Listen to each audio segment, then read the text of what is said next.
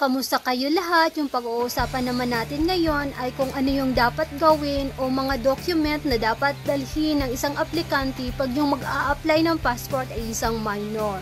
So yung number 1 na dapat gawin ay yung magkaroon ng confirmed online appointment. Magkakaroon ka ng appointment online dito sa link na to.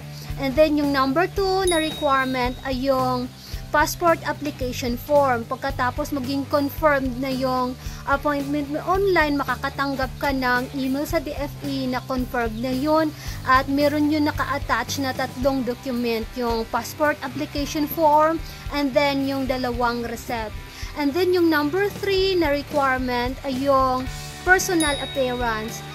Yung minor na mag-a-apply ng passport at kung sino man yung guardian niya, dapat personal na pupunta sa DFE. Confirmed online appointment, yung passport application form, personal appearance, nung bata at ng kanyang guardian, and then PSA birth certificate, and then PSA marriage certificate nung parents ng bata, if kasal yung parent niya. And then if hindi kasal yung parent ng bata at yung magsasama lang sa kanya ay yung papa niya, dapat may dala-dala yung papa niya na SPA. Yung SPA, Special Power of Attorney, dapat meron yung consent na pinahihintulutan ng mama ng bata na yung papa niya ang sasama sa kanya sa DFE to get passport.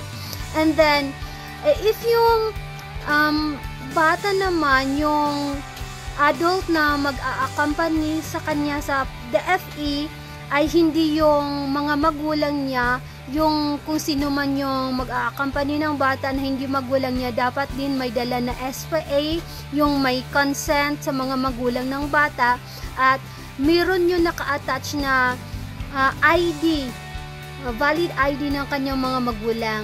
And then if yung bata naman nakukuha ng passport ay newborn pa lang yung bata or 1-year-old na wala pang PSA birth certificate or wala pang report of birth, yung dapat kukunin ng guardian ng bata ay yung local civil registrar certified true copy ng kanyang birth certificate. And then if yung bata naman lalabas sa bansa na hindi kasama yung kanyang mga magulang, dapat may clearance from DSWD.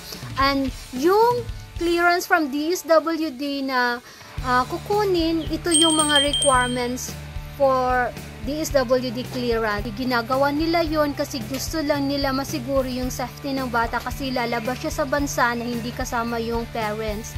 And kung sino man yung sasama sa bata sa DFE para mag-accompany sa kanya para makakuha siya ng passport, dapat din may dala-dalang valid ID or any government issued na ID. So, yun lang i-share ko sa video na ito. Sana nakatulong ako sa inyo. Maraming salamat.